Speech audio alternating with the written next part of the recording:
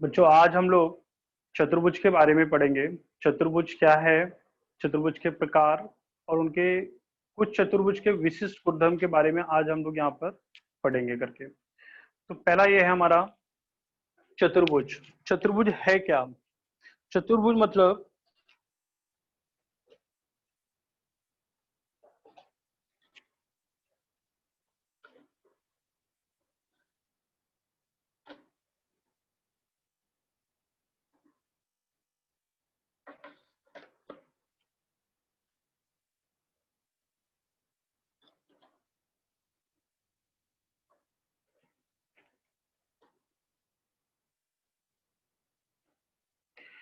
देखिए, ये चतुर्भुज मीन्स चार भुजाओं वाली बंद आकृति को चतुर्भुज कहते हैं। यहाँ पे चतुर्भुज में चार भुजाएं होती है। अगर मैं इसका नाम दे दूं तो ए बी सी डी, ये चार भुजाएं हैं और यहाँ पे चार कोण होते हैं, कोण ए, कोण बी, कोण सी, कोण डी। तो इस तरह से चार भुजाओं वाली बंद आकृति को चतुर्भुज कहते हैं। ये हमारी चतुर्भुज की परिभाषा है जो आपने कक्षा 8वीं में पढ़ा है, बराबर। चतुर्भुज किसे कहते हैं? चार भुजाओं वाली बंद आकृति, क्योंकि ये बंद होनी चाहिए यहाँ पे ए बी सी डी, तो इसे हम कहते हैं चतुर्भुज। तो यहाँ पर अगर इसकी परिभाषा की बात करेंगे तो चतुर्भुज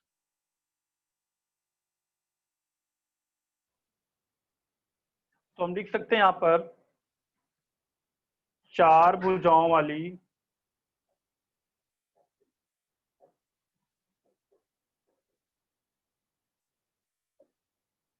बंद आकृति को चतुर्भुज कहते हैं।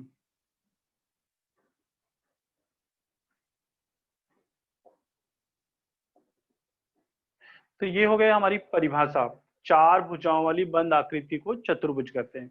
अब इसे हम कैसे दर्शाते हैं? अगर हमें शॉर्ट फॉर्म में लिखना होता है तो हम लोग ऐसे एक बना देते हैं, चतुर्भुज ए बी सी डी।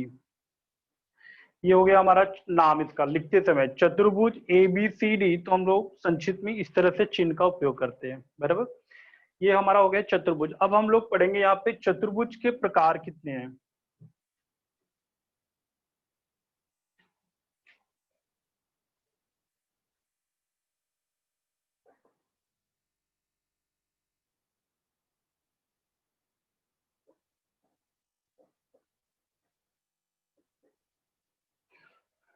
चतुर्भुज के प्रकार, यहाँ पर कुल चतुर्भुज के 6 प्रकार है। पहला प्रकार है यहाँ पर आयत, दूसरा है वर्ग, तीसरा है समांतर चतुर्भुज,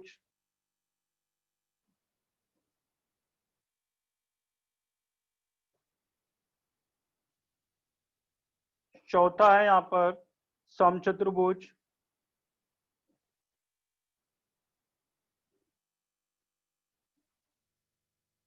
पांचवा है यहाँ पर समलंब चतुर्भुज,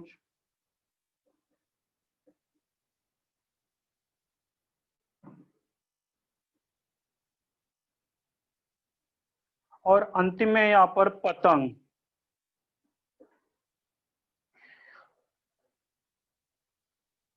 तो बच्चों ये चतुर्भुज के प्रकार है। ये हमारी जानकारी जो कक्षा 8वीं में हम पढ़ चुके हैं। तो हमें ये मालूम होना चाहिए चतुर्भुज किसे कहते हैं, चतुर्भुज में कितनी भुजाएं होती हैं, चार। कितने कोण होते हैं यहाँ पर? चार। कोण ए, कोण बी, कोण सी, कोण डी। और यहाँ पर दो विकर्ण होते हैं। अगर हम ए और सी को मिला देंगे तो ए सी, और बी और डी को मिला देंगे तो बी डी।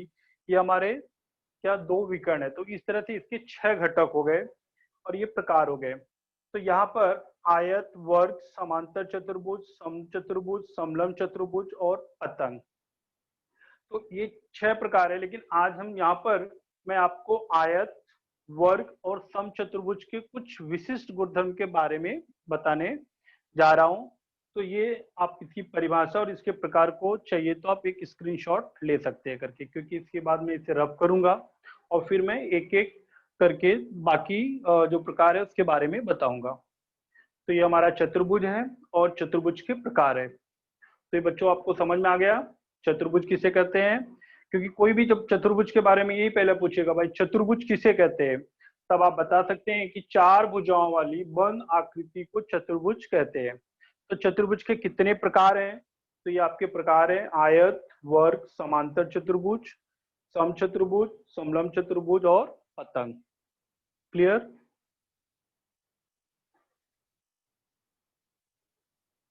तो इसे मैं अभी रब करने जा रहा हूं।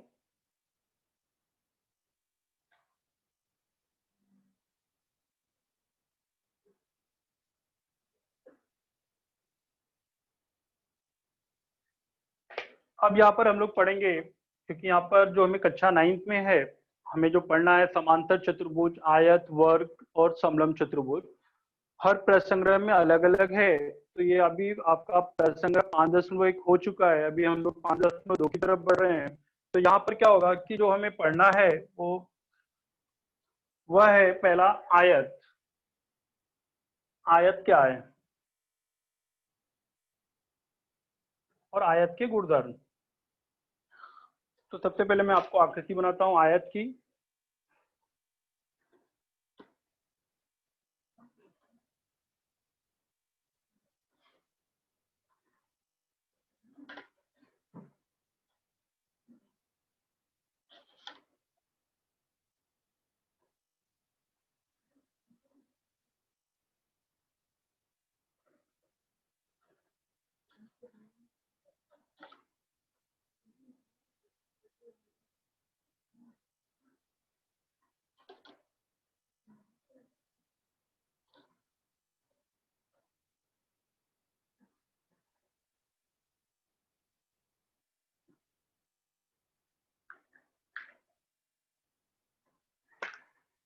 ये आयत है, इसका मैं नाम दे देता हूँ ABCD।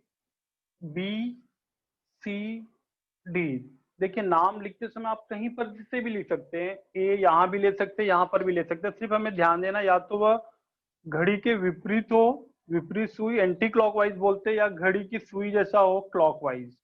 मतलब ये आपका अल्फाबेटिकली होना चाहिए, या तो घड़ी की सुई जैसा जाना चाहिए जैसे ए के बाद BCD, या एंटी क्लॉकवाइज घड़ी के सुई के विपरीत दिशा में ABCD, इस तरह से आपका अल्फाबेटिकली होना चाहिए। तो ये आयत है। अभी आयत किसे कहते हैं? आयत में भी चार भुजा है, तो ये चार भुजाओं वाली बंद आकृति है, लेकिन जिस चतुर्भुज का प्रत्येक कोण समकोण होता है उसे आयत कहते हैं। मतलब यहाँ पर ये समकोण का चिन्ह है, समकोण मतलब 90 अंश। तो इस तरह से 90 अंश को हम लोग चिन्ह देते हैं। कोई भी चतुर्भुज अगर उसके चारों कोण समकोण हो गए तब वह आयत ही होगा। कौन सा चतुर्भुज होगा? आयत। तो जिस चतुर्भुज के सभी कोण, तो इसकी परिभाषा हो जाएगी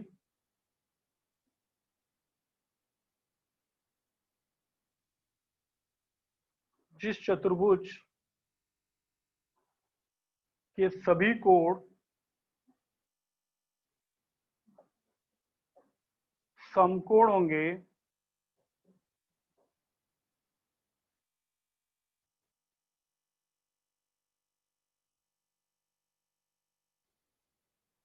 वह चतुर्भुज आयत। जिस चतुर्भुज के सभी कोण समकोण होते हैं या है वह चतुर्भुज आयत होता है। समकोण होते हैं वह चतुर्भुज आयत होता है। तो ये आपकी परिभाषा हो गई आयत। अभी आयत के क्या गुणधर्म है? तो प्रत्येक कोण समकोण है, ये पहला गुणधर्म हुआ। दूसरा, इसके जो सम्मुख भुजा है जैसे AB और इसके सामने की भुजा CD, दोनों बराबर हो जाएंगी, समान होगी। मतलब अगर ये 5 सेंटीमीटर है तो यहाँ पर भी 5 सेंटीमीटर होगा। अगर ये BC 7 सेंटीमीटर है या 8 सेंटीमीटर है तो AD भी 8 सेंटीमीटर होगा। तो आयत मतलब जिसके सम्मुख भुजा सर्वांगसम होती है या समान होती है, मतलब आमने सामने की भुजा बराबर होगी। तो इसका जो गुणधर्म है,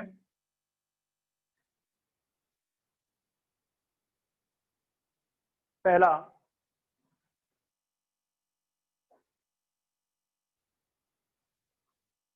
आयत के प्रत्येक कोण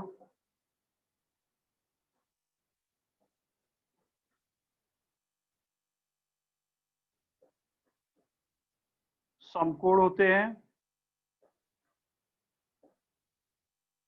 दूसरा, आयत की सम्मुखभुजा, आयत की सम्मुखभुजा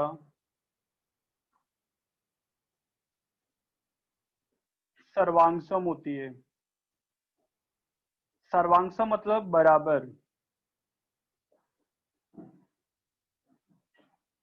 जैसे मैंने बताया ना आपको, ए बी बराबर सी डी और भुजा बी सी बराबर भुजा ए डी, तो ये सम्मुख भुजा उसकी सर्वांगसम हो जाएंगी। तीसरा, इसके जो विकर्ण, विकर्ण किसे कहते हैं? अगर मैंने ए और सी को मिला दिया, जो सम्मुख शीर्ष है उसे अगर हम मिला देंगे तो ये हमारे विकर्ण हो जाएंगे।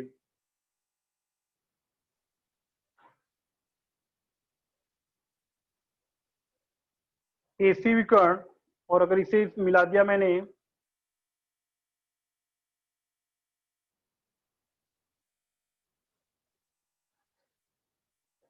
तो इसके विकर्ण परस क्या होते हैं? समान होते हैं। तो आयत के विकर्ण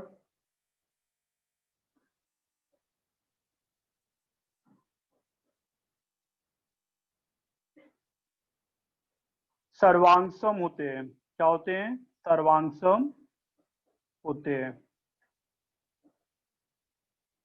तो हमारे आयत के विकर्ण सर्वांगसम होते हैं। और भी इसके गुणधर्म है कि ये समद्विभाजित करते हैं। अगर समझो विकर्ण एसी और विकर्ण बीडी, मैं यहाँ पर ओ लिया कि दोनों का प्रच्छेदन बिंदु क्या है? ओ है, तो ये विकर्ण क्या करते हैं? इसको समद्विभाजित करते हैं, मतलब समान भागों में विभाजित करते हैं। तो ओए और ओसी की दूरी समान हो जाएगी। इसी तरह से अगर इसको मैंने अलग अल्फाबेट दिया, तो अलग सिंबल दिया, तो बीओ बराबर क्या हो जाएगा? ओडी। तो ये दोनों समान होते हैं। तो यहाँ पे हम लोग लिख सकते हैं कि आयत के विकर्ण समद्विभाजित करते हैं। समद्विभाजित, यह शब्द का मतलब होता है कि समान भागों में विभाजन करना। समद्विभाजित, समान भागों में विभाजित करना। तो आयत के विकर्ण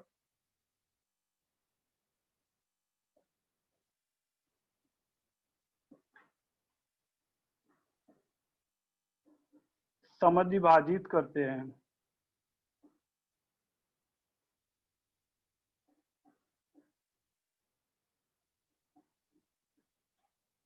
तो देख रहे हैं आप कितने गुणधर्म हो गए इसके? प्रत्येक कोण समकोण होते हैं, सम्मुख भुजा सर्वांगसम होती है आमने सामने की, आयत के विकर्ण सर्वांगसम होते हैं मतलब एसी बराबर बीडी, और इसके विकर्ण समद्विभाजित करते हैं। क्या होता है फिर? इसी पर आधारित आपको सवाल आएंगे। समझो जैसे मैंने पूछा कि एसी 10 सेंटीमीटर है तो ओए की लंबाई कितनी होगी, तो ये वही बच्चा बता सकता है जिसे इसकी गुणधर्म के बारे में मालूम है। क्योंकि क्या होता है कि हमारे ये जो भूमिति में जो चतुर्भुज और त्रिभुज है, अगर उनके गुणधर्म के बारे में आपको नहीं मालूम है तब आप सवाल को नहीं हल कर सकते। यही इनका सूत्र होता है कि अगर एसी की लंबाई दिया है और ओए की लंबाई पूछा है तो वही बच्चा बता लेगा कि हाँ, आयत के विकर्ण तो क्या होते हैं? परस्पर समद्विभाजित करते हैं। तो अगर एसी की लंबाई 10 सेंटीमीटर है तो ओए की लंबाई 5 बराबर। या एसी की लंबाई दिया है और आपसे बीडी की लंबाई पूछ रहा है, तब आप बता सकते हैं कि अगर एसी 10 है तो बीडी की भी लंबाई क्या होगी? 10 होगी। तो कौन बच्चा बता लेगा? जिस बच्चे को ये मालूम है कि आयत के विकर्ण सर्वांगसम होते हैं। और एक इसका अंतिम गुणधर्म है यहाँ पर कि आयत के विकर्ण क्या करते हैं? इस कोण को यहाँ पर वो क्या करते हैं? उसको विभाजित करते हैं, लेकिन ये समान भागों में विभाजित नहीं होता। तो जो भी इसकी लंबाई दिया रहे, जैसे अभी समझो अगर ये हमने दिया कि ये 30 अंश है तो इसकी लंबाई बताओ, तो अभी कौन बच्चा बता लेगा कि आयत का जो प्रत्येक कोण समकोण होता है, अगर ये 30 है तो 90 में से 30 को घटा देंगे तो 60 आएगा। तो इस तरह से हम क्या कर सकते हैं? अपने गुणधर्म का उपयोग करके अपने सवाल को ज्ञात कर सकते हैं। समझ में आ गया बच्चों? तो ये गुणधर्म इसलिए हमको जानना जरूरी है। कभी कभी हमें आयत में इसकी लंबाई और इसकी चौड़ाई दिया और हमसे विकर्ण पूछा है, तो ये समकोण है, तभी हम बता सकते हैं कि यहाँ पर पाइथागोरस का प्रमेय लगेगा और हम विकर्ण को ज्ञात कर सकते हैं। तो ये जो ज्ञात करना है, मान को ज्ञात करना है, कोण को ज्ञात करना है, ये कौन बता सकता है? जिस बच्चे को गुणधर्म मालूम है। तो ये हमारे गुणधर्म हो गए कि आयत के विकर्ण क्या होते हैं? समद्विभाजित करते हैं परस्पर, ये सर्वांगसम होते हैं, इनकी सम्मुख भुजाएं सर्वांगसम होती है और प्रत्येक कोण समकोण होते हैं। तो ये 4 है गुणधर्म, तो इसे आप स्क्रीनशॉट ले सकते हैं, क्योंकि इसके बाद में नेक्स्ट अपने दूसरे चतुर्भुज पर जाएंगे, वर्ग। तो यहाँ पर मैं आपको इसकी परिभाषा बता दिया हूँ। आयत, जिस चतुर्भुज के सभी कोण समकोण होते हैं वह चतुर्भुज आयत होता है, उसका ये गुणधर्म है। इसके 4 पॉइंट हैं, जिसका उपयोग मैंने बताया कि सवाल किस तरह से पूछा जाता है तो आप बता सकते हो। तो आप इसका एक स्क्रीनशॉट ले लो, क्योंकि इसके बाद मैं बदलने वाला हूँ।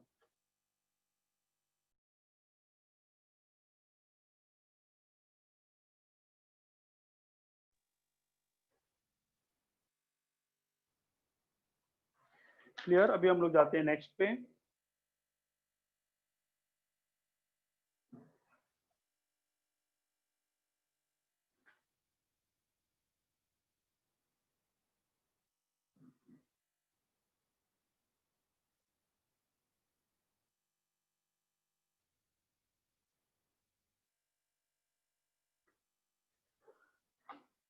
नेक्स्ट है हमारा दूसरा, वर्ग।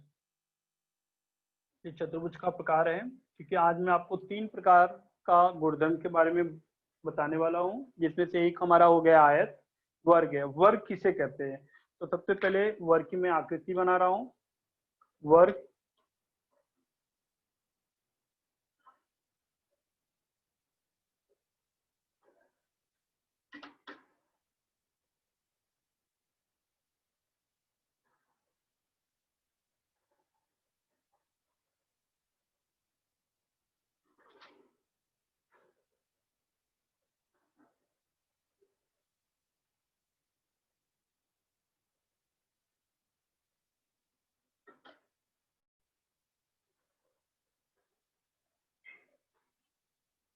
देखो, 4 भुजाओं वाली बंद आकृति को तो आयत कहते हैं, लेकिन हम वर्ग किसे कहते हैं? वर्ग का, इसका भी मैं नाम वही दे रहा हूँ, ABCD। तो पहले आकृति से समझते हैं। वह चतुर्भुज जिसकी सभी भुजा समान होती है, मतलब AB, BC, CD, AD सभी भुजा समान होगी और प्रत्येक कोण समकोण होगा। प्रत्येक कोण क्या होगा? समकोण होगा। तो उस चतुर्भुज को हम क्या कहेंगे? वर्ग कहेंगे। उस चतुर्भुज को क्या कहेंगे? वर्ग कहेंगे। मतलब वह चतुर्भुज जिसकी सभी भुजा बराबर होगी, मतलब AB की लंबाई समझो अगर 4 सेंटीमीटर है तो BC भी 4 सेंटीमीटर होगा, CD भी 4 सेंटीमीटर होगा, AD भी 4 सेंटीमीटर होगा। और प्रत्येक कोण समकोण होंगे। ये जो चिन्ह है 90 अंश का है। कोण A 90 अंश, कोण B 90 अंश, कोण C 90 अंश, कोण D 90 अंश। तो इसकी ये परिभाषा लिखेंगे। तो वर्ग क्या है? जिस चतुर्भुज के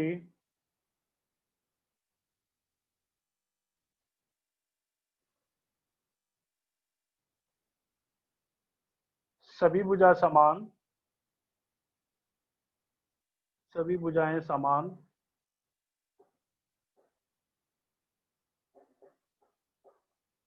होती हैं और सभी कोण या प्रत्येक कोण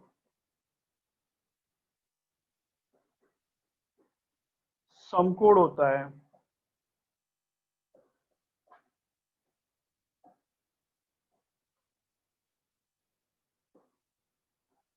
उस चतुर्भुज को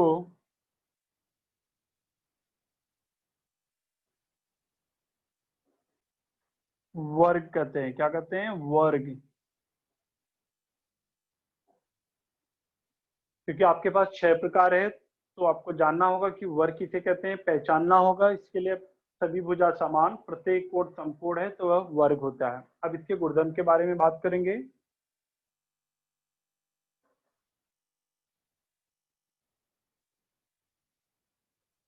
पहला इसका गुणधर्म है कि सभी भुजाएं क्या होती हैं? समान होती है। तो यहाँ पे लिख सकते हैं, वर्ग की सभी भुजाएं समान होती हैं।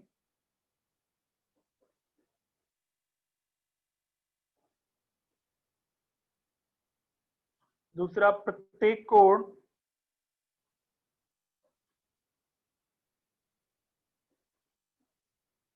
समकोण होता है।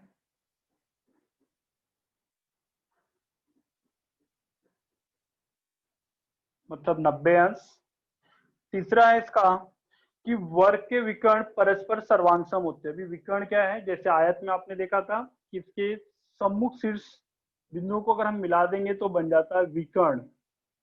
जैसे महाभारत में कर्ण है तो यहाँ पर हमारा विकर्ण है, ध्यान रखना। तो ये विकर्ण हो गया AC और ये BD।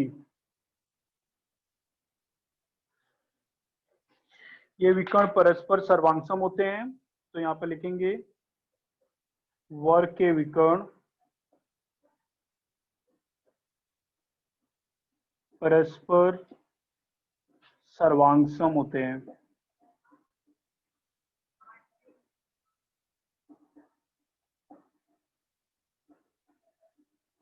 सर्वांसम का मतलब मैंने आपको बताया था बराबर। जैसे अगर इसकी लंबाई समझिए 10 सेंटीमीटर है या 8 सेंटीमीटर है तो इसकी भी लंबाई वही होगी 10 सेंटीमीटर। अगर 8 है तो 8। तो दोनों के विकर्ण समान होते हैं। लेकिन अब बताओ, आयत के विकर्ण भी समान होते हैं और वर्ग के भी होते हैं, लेकिन आयत के विकर्ण क्या होते हैं, लंब समद्विभाजक होते हैं। क्या होते हैं, लंब। अगर इनके जो विकर्ण जहां पर दोनों मिलते हैं उनका प्रच्छेदन बिंदु O है तो यहाँ पर 90 अंश का कोण होगा। कितने अंश का कोण होगा, 90 अंश का। तो यहाँ पर चौथा पॉइंट हमारा आता है कि विकर्ण परस्पर लंब समद्विभाजक। देखो, लंब मतलब 90 अंश, समद्विभाजक मतलब समान भागों में विभाजित करना, दोनों को है। इसी तरह से इसको भी मैं यहाँ पे थोड़ा अलग चिन्ह दे देता हूँ। तो इसके विकर्ण को लंब समद्विभाजित करता है, या हम लोग यहाँ पे भी सेम चिन्ह लगा सकते हैं क्योंकि यहाँ पर ये दोनों समान है। तो यहाँ पर इसकी जो लंबाई है वो समान हो जाएगी। मतलब OB की लंबाई बराबर OD की लंबाई, OA की लंबाई बराबर OC की लंबाई। तो यहाँ पर हम लोग लिख सकते हैं वर्ग के विकर्ण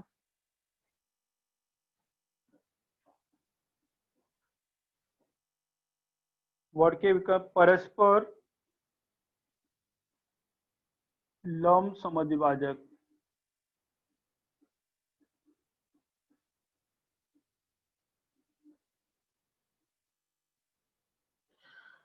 होते हैं।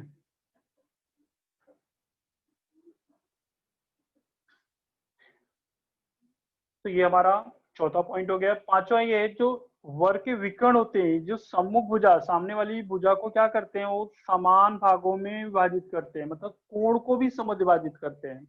अब आप जानते हैं कि यहाँ पे प्रत्येक कोण 90 अंश का है, तो इस कोण का मान कितना हो जाएगा, 45 अंश। तो इस तरह से आपसे क्वेश्चन पूछा जा सकता है कि कोण ABO का मान बताओ। अब बच्चा सोचेगा ये वर्ग में तो कोण दिया ही नहीं है तो इसका मान कैसे याद करेंगे। लेकिन ये हमें मालूम होना चाहिए कि प्रत्येक कोण 90 अंश है, तो ये विकर्ण जो क्या करता है, कोण को समान भागों में विभाजित करता है। तो इसलिए कितना कोण हो जाएगा, इसका माप 45 अंश। कितना हो जाएगा, 45 अंश। तो यहाँ पे पांचवा पॉइंट, वर्ग के विकर्ण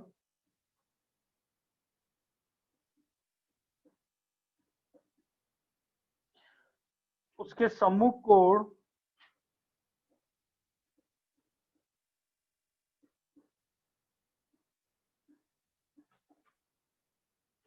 कोण को समद्विभाजित करते हैं, को समझ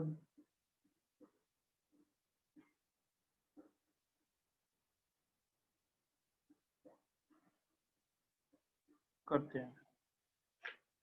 तो ये आपके आयत यहाँ पे वर्ग का गुणधर्म बता दिया गया है। 5 पॉइंट है, आपको ध्यान में रखना है। एक बार मैं फिर से रिपीट करता हूँ और कैसे सवाल पूछे जाते हैं। वर्ग मतलब जिसकी सभी भुजा बराबर होती है, जैसे AB बराबर BC, CD AD। क्या होता है, आगे चल के आपको सर्वांगसम सिद्ध करना है, समरूप सिद्ध करना है, तो वहां पर इसका उपयोग होगा। कक्षा 10वीं में, कक्षा 8वीं में भी आपने पढ़ा था उसके गुणधर्म के बारे में, 10वीं में थोड़ा, 9वीं में और पढ़ रहे हैं गुणधर्म के बारे में। तो प्रत्येक सभी भुजाएं समान होती है, प्रत्येक कोण समकोण होता है, ये भी आपने कक्षा 8वीं में पढ़ा। अभी यहाँ पर क्या पढ़ना है कि वर्ग के जो विकर्ण है वो समान होते हैं और एक दूसरे को लंब समद्विभाजित करते हैं। तो ये 90 अंश है, यहाँ पे 45 अंश हो जाता है, तो ये 90 अंश है। और इस तरह से यहाँ पर ये लंब समद्विभाजक हो गया।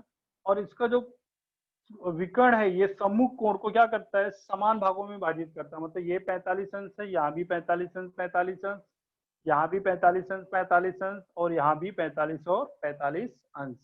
तो यहाँ पर इससे आधारित आपको प्रश्न आएंगे, तो वहां पर आप याद कर सकते हो।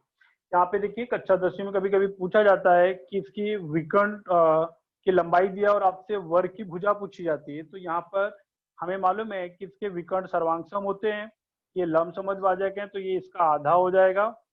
और इस पर आधारित हम पाइथागोरस प्रमेय से वर्ग की भुजा भी निकाल सकते हैं। क्लियर? तो ये हमारे वर्ग के बारे में है। तो ये अगर इसके गुणधर्म के बारे में आप जानेंगे तभी आप इससे रिलेटेड जो भी सवाल पूछा जाएगा तो उसका उत्तर आप दे सकते हैं। तो यहाँ पर आप लोग एक बार स्क्रीनशॉट ले लीजिए इसका।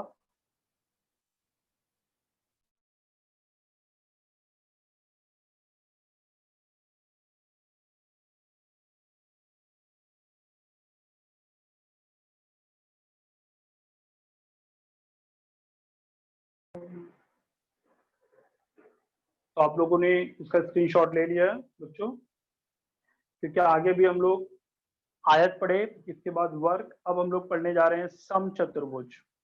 तो यहाँ पर हम तीन चतुर्भुज के बारे में आज आपको बताएंगे कि तीन चतुर्भुज है क्या, उसके गुणधर्म क्या है। अगर आपको गुणधर्म अच्छी तरह से मालूम पड़ जाएगा तभी आप सवाल को आसानी से हल कर सकते हैं, क्योंकि इससे रिलेटेड जो भी सवाल होते हैं उसका यही सूत्र है, जो आप गुणधर्म पढ़ रहे हैं वही उसका सूत्र माना जाता है, उसी पर आधारित आप सवाल को हल कर सकते हैं। क्लियर? तो शायद आपने स्क्रीनशॉट ले लिया होगा। अब मैं इसे रफ करने जा रहा हूँ और इसके बाद हम लोग समचतुर्भुज के बारे में पढ़ेंगे।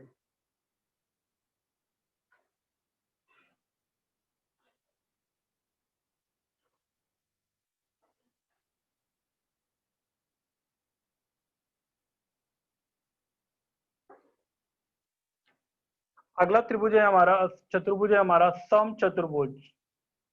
सम चतुर्भुज, देखिए इसके नाम में ही से ही आपको मालूम पड़ रहा है कि समचतुर्भुज क्या है। आप तो चतुर्भुज जान गए हैं, चार भुजाओं वाली बंद आकृति को चतुर्भुज कहते हैं। लेकिन सम मतलब समान, जिस चतुर्भुज की सभी भुजाएं समान होती हैं उसे चतुर्भुज कहते हैं। तो यहाँ पे मैं इसकी आकृति थोड़ा अलग बना रहा हूं।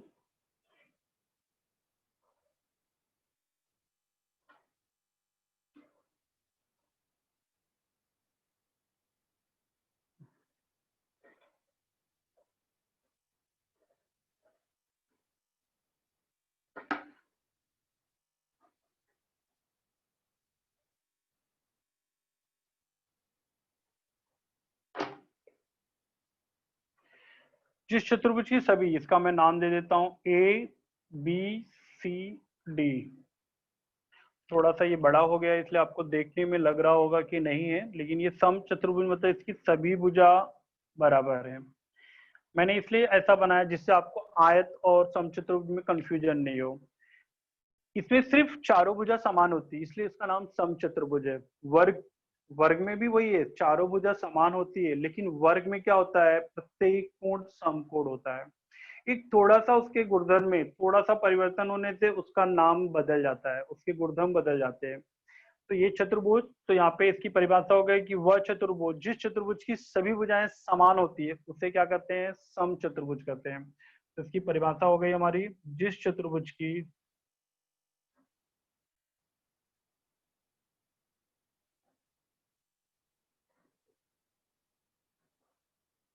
सभी भुजाएं समान होती हैं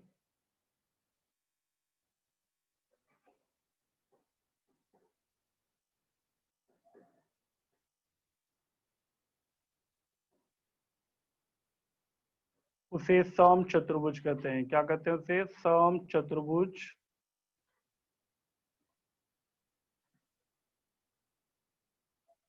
कहते हैं।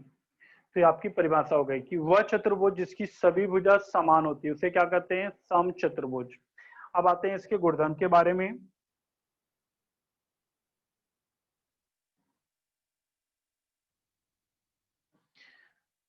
पहला गुणधर्म है कि सभी भुजाएं समान होती हैं। सम चतुर्भुज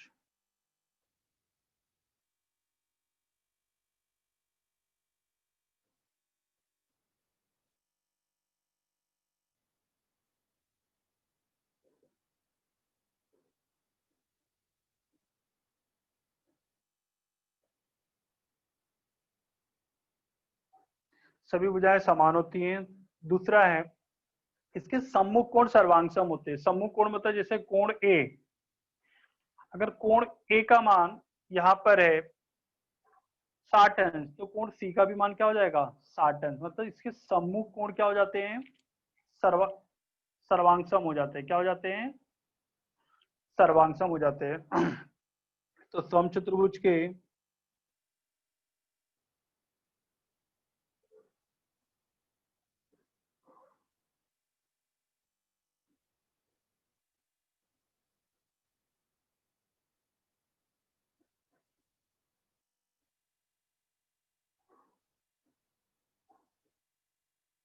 सर्वांगसम होते हैं। समचतुर्भुज के सम्मुख कोण सर्वांगसम होते हैं। तीसरा, समचतुर्भुज के जो विकर्ण होते हैं, विकर्ण जैसे इसके पहले मैंने बताया था, इसके शीर्ष बिंदुओं को अगर हम मिला देंगे, सम्मुख ए और सी को, कोण को हटा देते हैं यहां से,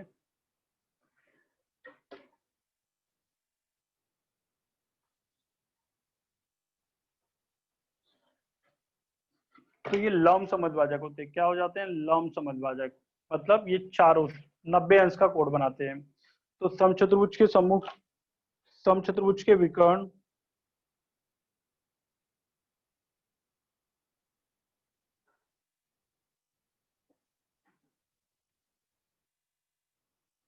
लंब के विकर्ण लंब समद्वाजक होते हैं।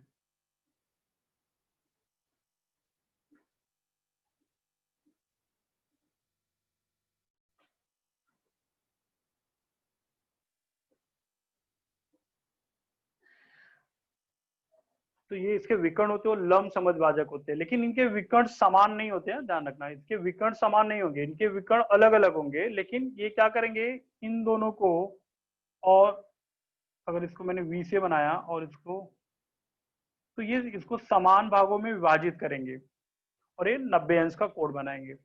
तो इससे क्या होता है कि कभी हमें विकर्ण की जानकारी दी है और हमसे भुजा पूछा है, तो हम लोग पाइथागोरस का प्रमेय करके ज्ञात कर सकते हैं, क्योंकि ये हमें मालूम है कि आयत, ये समचतुर्भुज के विकर्ण परस्पर लंब समद्वाजित करते हैं। तो जो भी विकर्ण की लंबाई दिया है उसका आधा करेंगे। समझो यहाँ पे ये 10 है तो ये 5 हो जाएगा, ये 12 है तो ये 6 हो जाएगा। तो 6 और 5 दो भुजा मिल गए और ये बन गया हमारा त्रिभुज। तो इससे हम लोग पाइथागोरस प्रमेय से हम लोग इसके सम्मुख भुजा, मतलब ये एडी का मान ज्ञात कर सकते हैं। समझ में आ गया। तो इसका उपयोग इस तरह से किया जाता है, ये जो गुणधर्म है इसका उपयोग किया जाता है सवाल को हल करने के लिए। तो समचतुर्भुज के विकर्ण लंब समद्वाजक होते हैं। अगर आपको ये जानकारी याद रहेगी तभी आप समझ पाएंगे कि इसकी भुजा कैसे ज्ञात करना है। कैसे यहाँ पे त्रिभुज बन गया, तो त्रिभुज से पाइथागोरस प्रमेय ज्ञात करना है। क्लियर। तो समचतुर्भुज के विकर्ण क्या होते हैं, यहाँ पर लंब समद्वाजित होते हैं। अभी समचतुर्भुज के विकर्ण है, सम्मुख कोण को भी समान भागों में विभाजित करते हैं। जो इसके विकर्ण है ये क्या करते हैं, सम्मुख कोण को समान भागों में विभाजित करते हैं। तो चौथा पॉइंट हो जाएगा, समचतुर्भुज के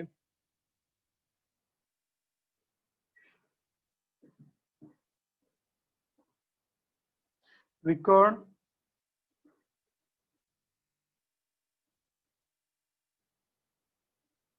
सम्मुख कोणों को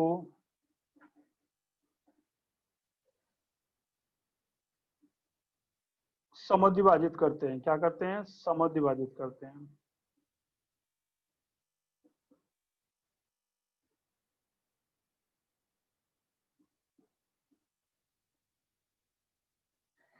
मतलब ये जो कोण है ये दोनों कोण सर्वांगसम हो जाएंगे। तो ये क्या होता है, कभी आपको सर्वांगसम त्रिभुज सिद्ध करना है या मान ज्ञात करना है, तो इस उपयोग को आप ध्यान में रखेंगे कि अगर वो समचतुर्भुज है तो उसके विकर्ण क्या करते हैं, दोनों कोण को समान भागों में विभाजित करते हैं। तो ये आपके गुणधर्म हो गए समचतुर्भुज। फिर से एक बार मैं रिपीट करता हूँ, जिस चतुर्भुज की सभी भुजाएं समान होती है उसे कहते हैं समचतुर्भुज। बराबर। इसका गुणधर्म क्या है, समचतुर्भुज की सम्मुख सभी भुजाएं समान होती हैं, इनके सम्मुख कोण सर्वांगसम होते हैं। अगर कोण ए का मान 60 है तो यहाँ पे सी का भी मान 60 होगा। अगर ये समझो 120 या 70 है तो ये भी 70 अंश होगा, जो भी कोण है। समचतुर्भुज के विकर्ण क्या करते हैं, लंब समद्वाजित करते हैं। मतलब यहाँ पर एक 90 अंश का कोण बनाएंगे और इसको समान भागों में विभाजित करेंगे, दोनों इक्वल हो जाएंगे, सम चतुर्भुज। तो लंब समद्विभाजक होते हैं। सम चतुर्भुज के विकर्ण सम्मुख कोणों को समद्विभाजित करते हैं। मतलब ये जो कोण है, जैसे यहाँ पे दोनों कोण है तो इन दोनों को क्या करेंगे, समान भागों में विभाजित करेंगे। जो भी इसका मान होगा उसका आधा हो जाएगा। अगर ये समझो 70 है तो 35 अंश 35 अंश, ये 70 है तो 35 अंश 35 अंश। तो इस तरह से ये आपके समचतुर्भुज के विकर्ण है। इस तो देखिए, ये जो भी मैंने आपको आयत, वर्ग और समचतुर्भुज बताया, इसमें एक और भी है कि इनकी जो सम्मुख भुजाएं होती है वो क्या होती है, समांतर होती है। जब हम लोग समांतर रेखा की बात करेंगे तो यहाँ पे एडी और बीसी, तो ये सर्वांगसम तो होता ही है, साथ में ये समांतर भी होता है। मतलब वर्ग के लिए भी, आयत के लिए भी और समचतुर्भुज के लिए, कि इन दोनों की भुजाएं क्या होती है, समांतर होती है, बराबर। तो कभी कभी हम लोग जानते हैं जब ये दो भुजाएं समांतर होती हैं और एक तिर्यक रेखा है तो उसके अंदर हमारे कौन से कोण आते हैं, एकांतर कोण, बराबर, अंतःकोण एंड संगत कोण। तो ये जो तीन कोण है, ये जब दो रेखाएं समांतर होती है तो ये चतुर्भुज के अंदर ये चीज हो सकता है कि अगर उसकी चतुर्भुज का मैं सिर्फ नाम दिया तो हम समझ जाएंगे कि वो सर्वांगसम के साथ में समांतर भी है, बराबर। तो यहाँ पे समचतुर्भुज जैसे एडी और बीसी यह समांतर भी है, वर्ग भी समांतर है, आयत की भी सम्मुख भुजा समांतर होती है। तो यहाँ पर ही आपके परिभाषा और उसके गुणधर्म है, तो आप लोग इसका स्क्रीनशॉट ले सकते हैं।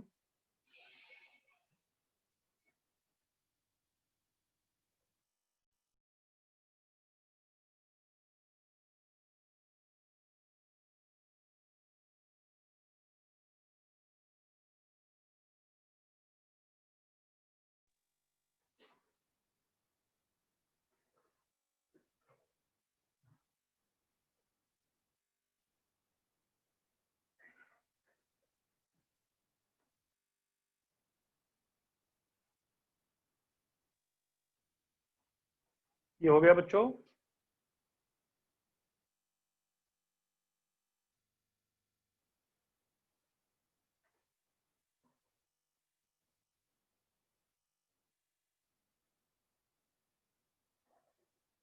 अब मैं आपको ये बताने जा रहा हूँ कि वर्ग, आयत, समचतुर्भुज,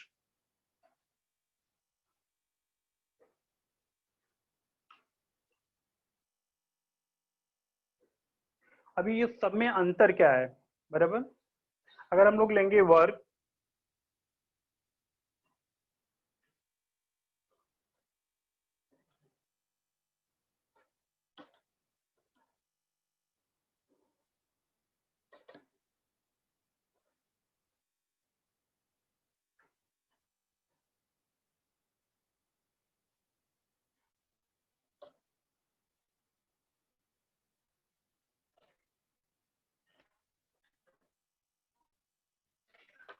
देखिए बच्चों, अगर ये चतुर्भुज मैंने यहाँ पे दिया नाम इसका, खाली ये चतुर्भुज ABCD है, बराबर। अगर मैंने इसको बोल दिया यहाँ पर कि प्रत्येक कोण समकोण है, तब यह बन जाता है आयत। खाली अगर ये जानकारी आपको मिल गई कि इसकी प्रत्येक कोण समकोण है, तब ये बन जाएगा आयत। लेकिन अगर ये आयत बना तो हमारे दिमाग में तुरंत आ जाएगा कि इसकी सम्मुख भुजाएं क्या हो गई, सर्वांगसम हो गए। BC बराबर AD, AB बराबर CD। लेकिन अगर इसकी संलग्न भुजा, क्योंकि देखो ये सामने की भुजा को सम्मुख बोलते हैं और ये बाजू की भुजा को संलग्न बोलते हैं क्योंकि इससे जुड़ा हुआ है, बराबर। तो अगर संलग्न भुजा और ये भुजा बराबर हो जाती है तो कोई भी आयत वर्ग बन जाता है। अगर आपको सिद्ध करना हुआ कि आयत वर्ग है, तब आपको ये सिद्ध करना पड़ेगा कि इसकी संलग्न भुजा बराबर है। समझ में रहे? तो आपके आयत के गुणधर्म अलग है, वर्ग के अलग है, लेकिन दोनों को अगर सेम करना है तो हमें यहाँ पे क्या करना होगा, इसके संलग्न भुजा अगर बराबर हो गई तब वह आयत क्या बन जाता है, वर्ग बन जाता है। समझ में आ गया? ये वर्ग बन जाएगा। दूसरा, अगर कोई भी चतुर्भुज है, ये तो मैंने भुजा से बताया, अगर वह चतुर्भुज का विकर्ण,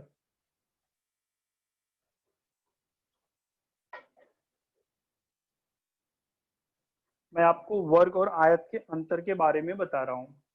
हमने पढ़ा था कि वर्ग, आयत के विकर्ण सर्वांगसम होते, AC और BD सर्वांगसम है, लेकिन वर्ग के भी तो विकर्ण सर्वांग सम है। तो आयत के विकर्ण और वर्ग के विकर्ण में फर्क क्या है?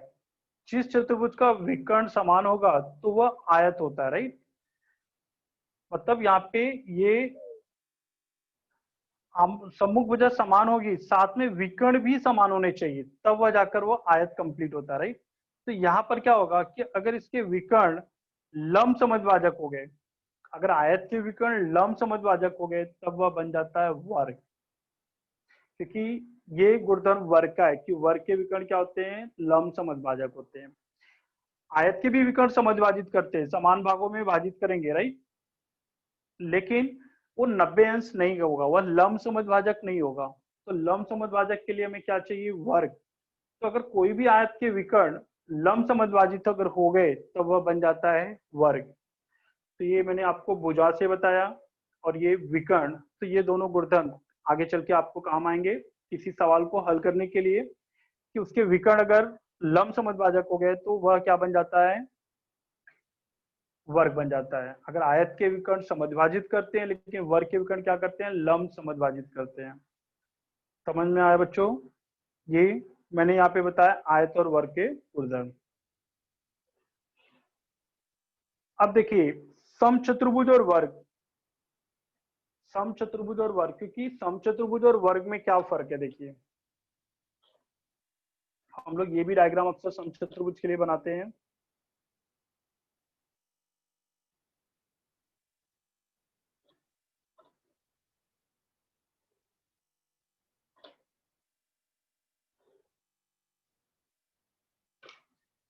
हमने बताया वर्ग की सभी भुजाएं समान होती हैं, तो समचतुर्भुज की भी सभी भुजाएं समान होती है। तो अगर कोई भी चतुर्भुज है, अगर उसकी सभी भुजाएं समान हो गई तो सबसे पहले आता है समचतुर्भुज। वह चतुर्भुज क्या बन जाएगा? समचतुर्भुज बनेगा।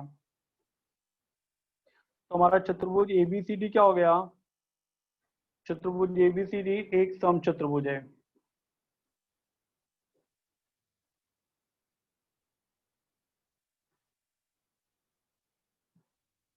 बराबर।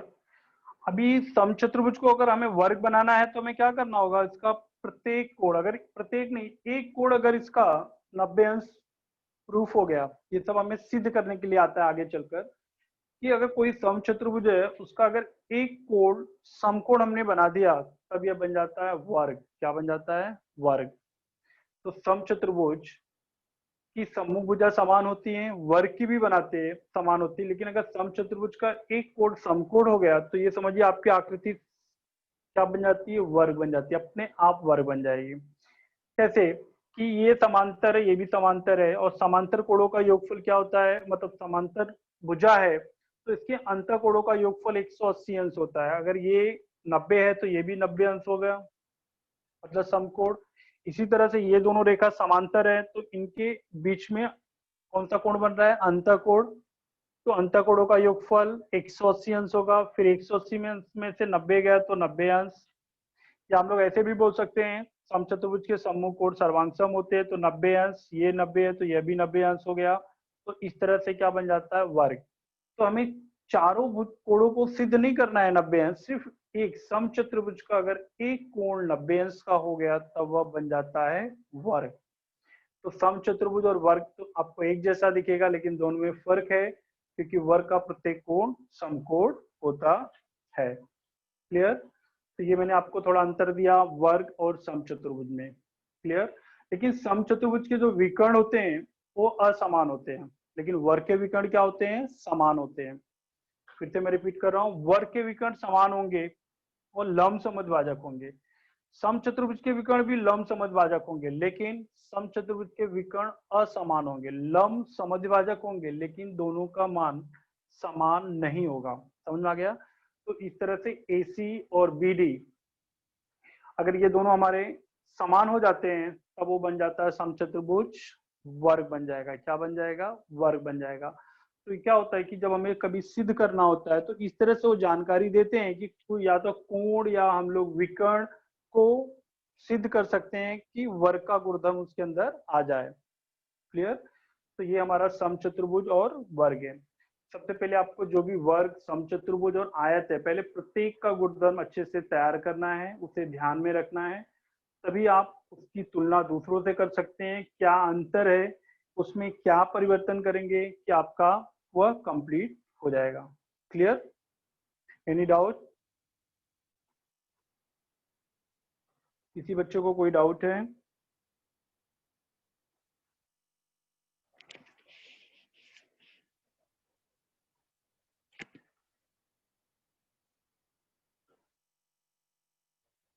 सभी बच्चों ने अच्छे से समझ लिया आयत किसे कहते हैं, वर्ग किसे कहते हैं, समचतुर्भुज किसे कहते हैं? किसी बच्चे को कोई डाउट है?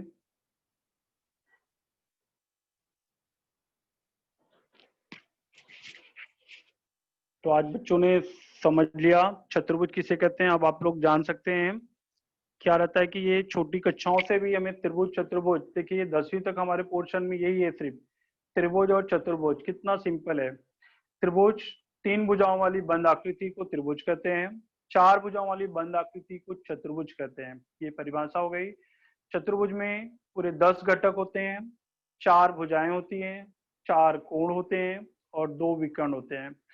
फिर उस पर आधारित हमारे चतुर्भुज के प्रकार हैं, जो अभी हमने पढ़ा 6 प्रकार, जिसमें से आज मैंने आपको सिर्फ 3 के बारे में ही बताया। शायद इसके पहले वाले पिछली क्लास में आपने समांतर चतुर्भुज के बारे में पढ़ा था, इसके लिए उसकी चर्चा मैंने नहीं किया। अब आगे चल के और भी समलंब चतुर्भुज है, लेकिन इसी कक्षा में हम सिर्फ 3 के बारे में ज्यादा जानकारी पढ़े, जो है आयत, वर्ग और समचतुर्भुज। तो वर्ग किसे कहते हैं, उसकी परिभाषा, वर्ग में क्या उसके गुणधर्म हैं, उसके बारे में बताया मैंने। आयत, आयत की परिभाषा, आयत के गुणधर्म। इसी प्रकार से समचतुर्भुज, समचतुर्भुज के किसे कहते हैं, उसका गुणधर्म। आयत और वर्ग में क्या अंतर है, या वर्ग समचतुर्भुज में क्या अंतर है, उसके बारे में आपको मैंने बताया। अब उससे रिलेटेड जो भी सवाल होंगे तो आप प्रश्न जो आप 5.2 है, जब उसे पढ़ाया जाएगा तब आपको आसानी से उसे हल कर सकते हैं, लेकिन इन गुणधर्मों का उपयोग करना होगा वहां पर। तो इसके गुणधर्म जो मैंने बताया उसे ध्यान से आप पढ़िएगा, समझिएगा, तभी आप कर सकते हैं। किसी बच्चे को कोई डाउट है किसी गुणधर्म के बारे में?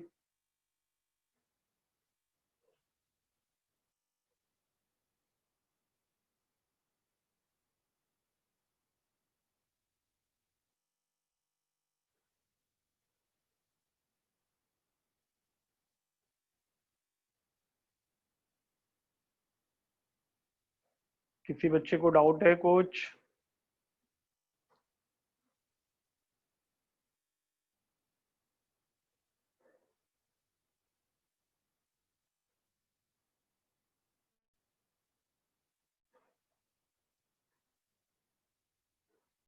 तो ठीक है बच्चों, तो आज हमने इस चतुर्भुज के बारे में पढ़ा, उसके प्रकार, और जिसमें से आयत, वर्ग और समचतुर्भुज के बारे में हमने पढ़ा। तो आज यहाँ पर मैं ये क्लास समाप्त कर रहा हूँ। धन्यवाद।